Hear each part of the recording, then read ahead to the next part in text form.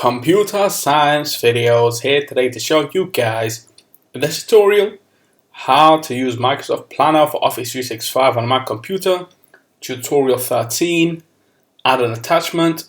Without further ado, let us start the video. So in this tutorial, you need to have access to a Mac computer, have access to an account for Microsoft Office 365. Now this can be for what's called a business.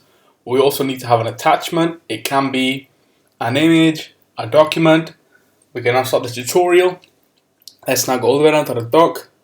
Go to Launchpad, go to the web browser, which is Google Chrome in this case. Now go to office.com. Make sure you are signed into the account. Go to the left hand side navigation menu. Go to applications, go to all applications. Go to explore all the applications. Now go to Microsoft Planner. Let's wait for that to load. Now click on Computer Science Videos. Let's go to the task within the to-do bucket, which is called Video 2. Click on this.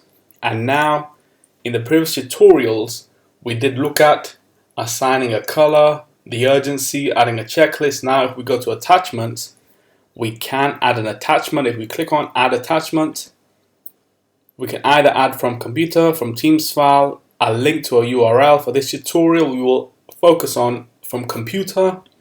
Let's just click on this, and now it will bring us the option to add an attachment. So what we can do is, let's click on trial document, trial.document.pdf, click on open, and the attachment has now been added to this to-do task within Planner. So we can now click on the X, and if we were to now look at the task itself, we can see we have one attachment. Let's just click on the task itself, and that is the document.